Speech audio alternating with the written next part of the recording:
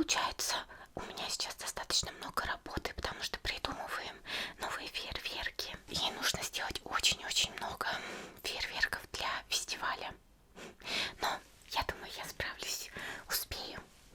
Тем более я не одна. Ну и, конечно, для тебя, моего дорогого друга. Ну как я могу оставить тебя и не погулять? Можем еще с соседскими детишками встретиться, раз уж ты будешь запускать свой фейерверк. Вот. Чтобы они тоже посмотрели. Я надеюсь, у тебя еще остался твой рецепт фейерверка. Ну, твой личный. Или ты его потерял? Если ты его потерял, будет очень жалко. Потому что я, к сожалению, не смогу его повторить в точь-в-точь. Клиентов слишком много, а фейерверков еще больше.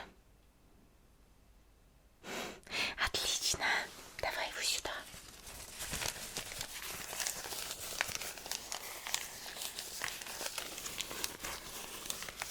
Хорошо, что ты его не потерял. Все, поняла, вспомнила. А это специально так написано, чтобы ты и в целом никто другой не понял. Да, этот рецепт могут прочитать только в нашей семье. Ну, наша семья занимается фейерверками уже несколько поколений точно. Вот. Поэтому это можем прочитать только мы. Ну, твой фейерверк достаточно простой, но особенный, потому что он твой личный. Это тот самый фейерверк, который мы запускали, когда познакомились. Да. Поэтому он несет в себе воспоминания. Так что давай я сейчас его начну делать. Конечно, все секреты я тебе не расскажу. Я, конечно, не думаю, что ты начнешь заниматься фейерверками, но все же это наша семейная тайна. Так что я просто немножко покажу тебе, как я их делаю. Ну, точнее, не с самого начала, конечно, а так процесс сборки, потому что фейерверки могут изготавливаться несколько месяцев, особенно большие, да. Некоторые большие фейерверки изготавливаются полгода, несколько месяцев точно, да. Но я тебе объясню, почему так. К сожалению, процесс этот не быстрый, поэтому к празднику Люэ нужно готовиться сильно заранее. Но я очень рада, что у меня налажены отношения с Люэ в том плане, что все-таки в Нацуме фейерверки это летняя тема. Да, на летних фестивалях принято запускать фейерверки в Нацуме. Вот, а в Люэ вот фестиваль проходит наоборот зимой. Так что работа у меня есть круглый год. Сборка фейерверка начинается вот с такой оболочки. То есть он выглядит так. Хотя ты, наверное, привык, что фейерверк выглядит такой толстой длинной трубкой. Наподобие вот такой, только побольше и сделанной из металла. Вот. Но на самом деле фейерверк выглядит вот так. Просто в эту трубу помещается вот этот шарик. А труба нужна, чтобы направить шарик. Иначе он просто может вспыхнуть на земле. А фейерверк нам нужен в небе. Конечно. Для этого нужны металлические эти трубы. А так выглядят они обычно вот так внутри.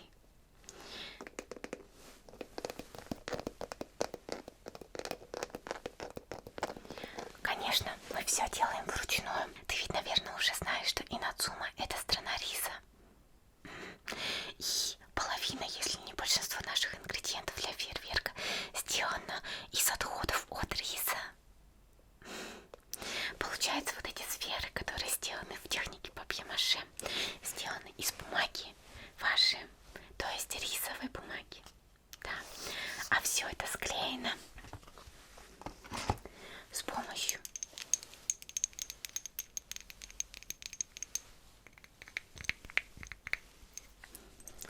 клея, который тоже сделан из отходов от риса. Есть еще один ингредиент, но я его тебе покажу попозже. я буду делать сборку в эту сферу. Начну сборку с верхней половинки сферы. Ставлю ее на подставку.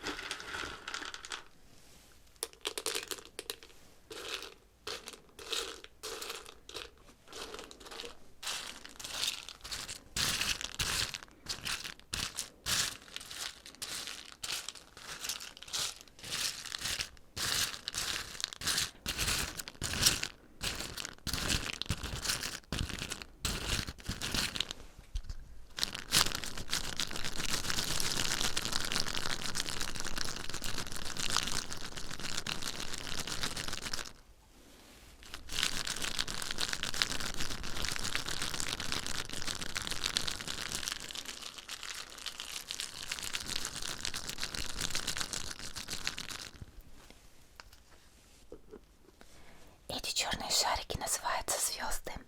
Это те самые блестящие разноцветные искры, которые взрываются в небе и разлетаются как фонтан. Да, сейчас они выглядят черными, но на самом деле они разных цветов. Сейчас я немножко расскажу тебе, как они делаются, и объясню, почему некоторые фейерверки занимают так много времени в изготовлении. Потому что эти шарики бывают разных размеров. Эти достаточно маленькие, но они идеально подходят для фейерверка 4-го размера. Соответственно, чем больше фейерверк, тем больше звезды в нем. Бывают звезды и вот такого размера. Бывает еще больше, а бывает поменьше. Делаются эти звезды из маленьких-маленьких керамических шариков размером с кунжутное семечко. То есть изначально они совсем малюсенькие. Эти шарики равномерно покрываются специальным составом, в который, кстати, добавляются соли металлов, чтобы окрасить в разные цвета. Кстати, изначально фейерверки были только красными, ну то есть цвета пламени красно-оранжевые. Сейчас же можно делать цветные. Итак, шарики покрываются составом, и после этого я выкладываю их на поднос и выношу на улицу, чтобы они подсушились на солнышке. И после этого снова покрываю их новым слоем состава и снова выношу на улицу сушиться. То есть, чтобы добиться большого размера шарика, нужно проделать эту операцию несколько раз. Соответственно, большие фейерверки могут занимать несколько месяцев в изготовлении. Но эти не такие большие, но все равно даже на них нужно время. Это, наверное, самая долгая часть в изготовлении, а сборка, наверное, самая веселая. Также еще очень важно то, как ты расположишь звезды в сфере. Именно от этого зависит форма фейерверка. Ты, наверное, видел классические в виде круга или шара. Это делается очень просто. То есть вот эта сфера полностью по всей поверхности покрывается звездами. Именно поэтому в небе при взрывании ты видишь шар.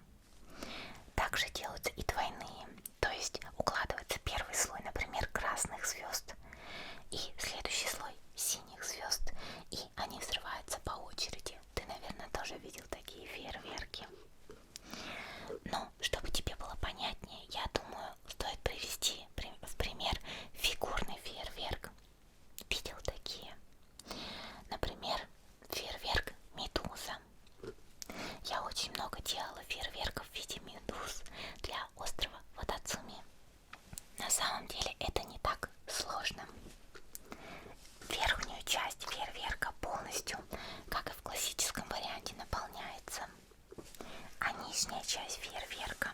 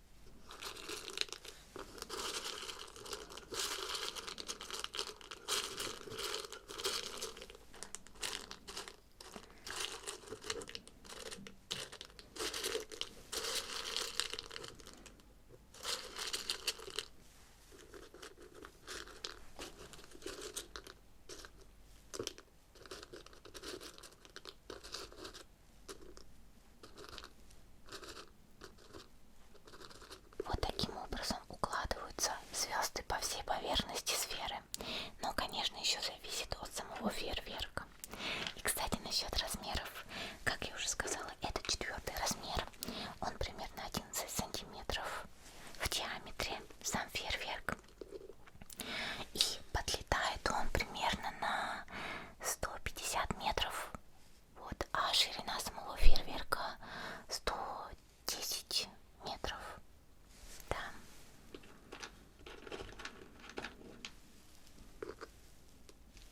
И весит он примерно, около 500 грамм.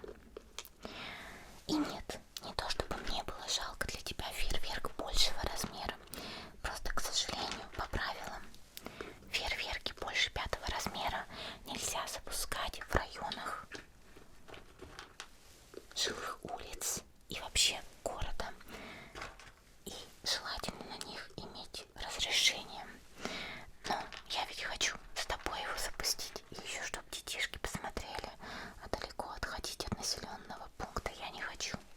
Именно поэтому я решила сделать для тебя 4-го размера. Да, конечно, бывают и 5-й, 6-й, 7-й, 8-й, 9-й. Но обычно крупные фейерверки мы делаем уже, конечно, для праздников. Вот так потихонечку я укладываю звезды. Да, это достаточно классический фейерверк. И таким же образом я буду заполнять нижнюю часть.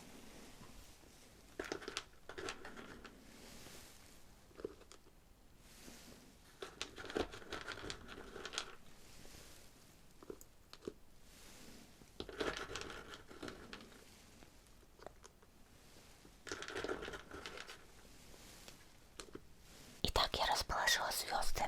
Теперь мне понадобится очень тонкая бумага. Ее я буду утрамбовывать, чтобы разделить слои.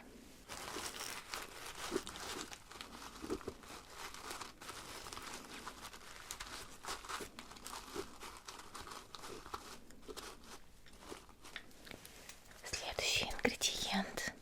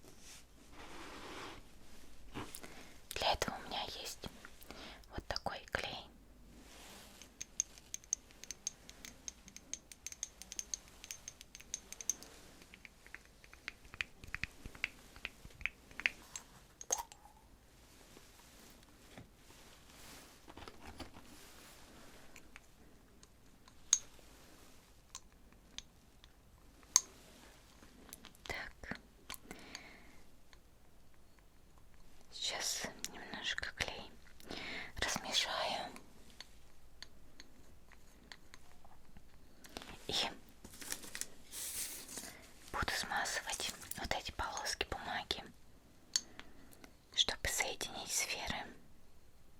Да, и из той же бумаги сначала нанесу на саму бумагу.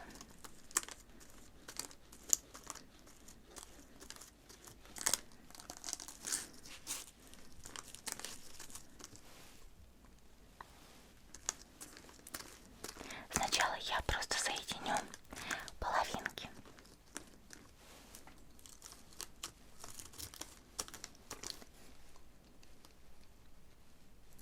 После того, как они схватятся, их нужно будет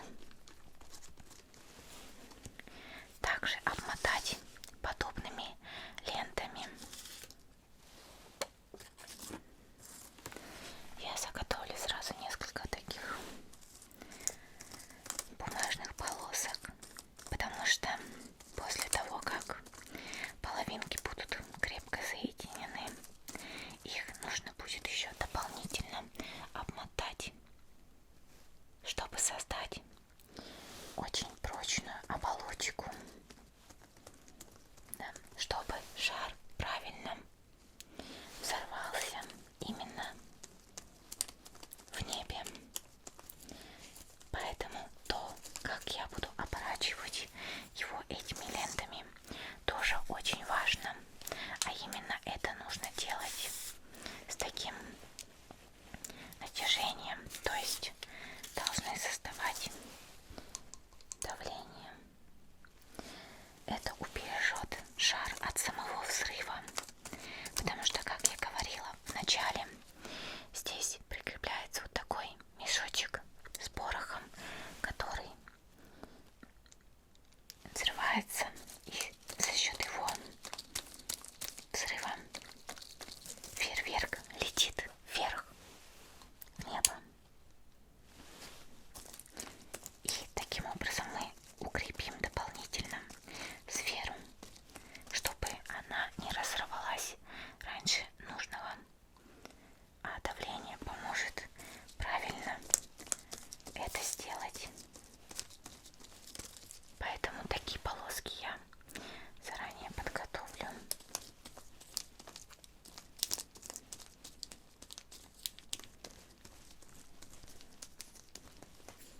Так,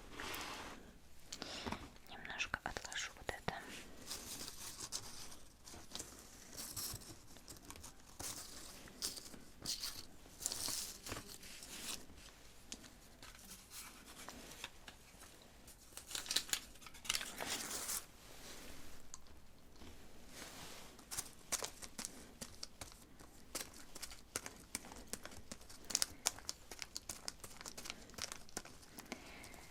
Конечно, нужно будет немножко подождать, пока оно подсохнет.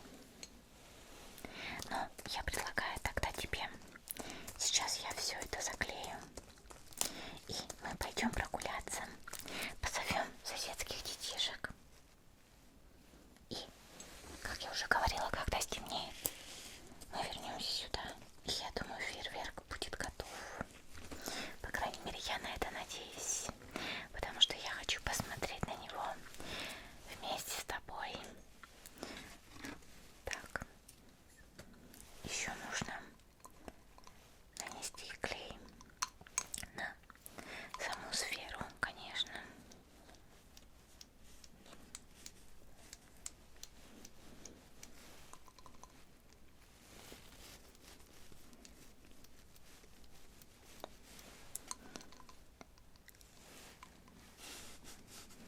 Кстати, я хочу показать тебе еще новые бенгальские огни.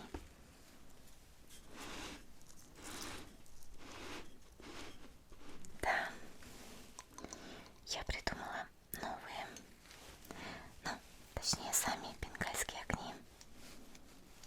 Такими и остались, но я немножко их видоизменила. Надеюсь, тебе будет интересно. Ну, скоро ты увидишь, как только мы закончим с твоим фейерверком, я тебе покажу.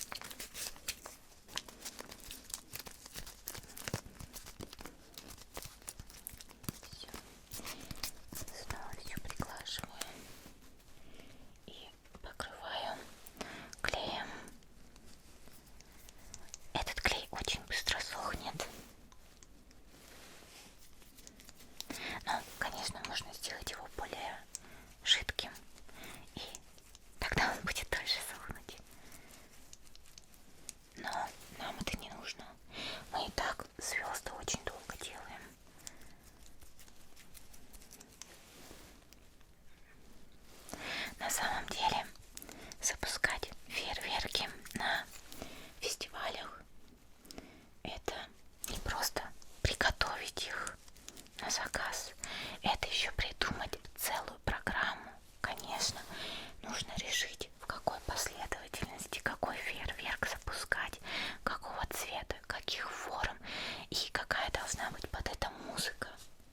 Конечно, фейерверки запускаются с музыкальным сопровождением, то есть ты должен придумать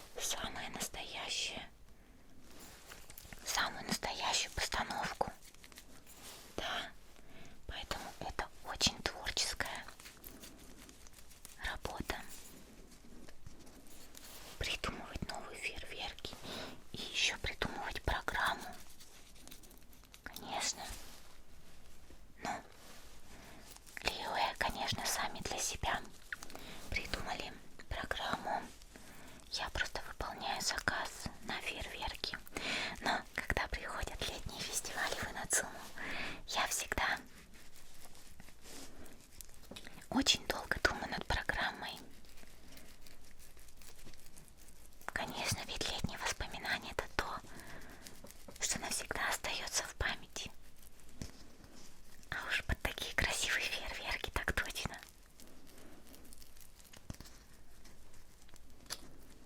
Но я считаю фейерверки не просто каким-то красивым зрелищем или представлением. На самом деле фейерверки — это олицетворение прошлого. Конечно, все эти трогательные воспоминания на летних фестивалях, как кто-то на летнем фестивале получил наконец-то долгожданную золотую рыбку, кто-то познакомился при свете фейерверка, и все это запечатлевается в воспоминаниях наших фейерверков. И когда они взрываются вновь и вновь в небе, люди возвращаются в тот самый приятный миг воспоминаний. Именно поэтому каждому из наших клиентов мы даем свой личный фейерверк, который будет им напоминать о прошлом. И когда они так ярко сверкают в небе, люди возвращаются туда. И, несомненно, в Инадзуме, в стране вечности, возможно, фейерверки кажутся слишком быстротечными и такими неважными среди вечности, но они дарят приятные воспоминания. Поэтому я считаю, что они заслуживают права войти в историю Инадзумы. И, конечно, хоть фейерверки и быстро гаснут, но наша дружба навсегда. Итак, я думаю, я закончила.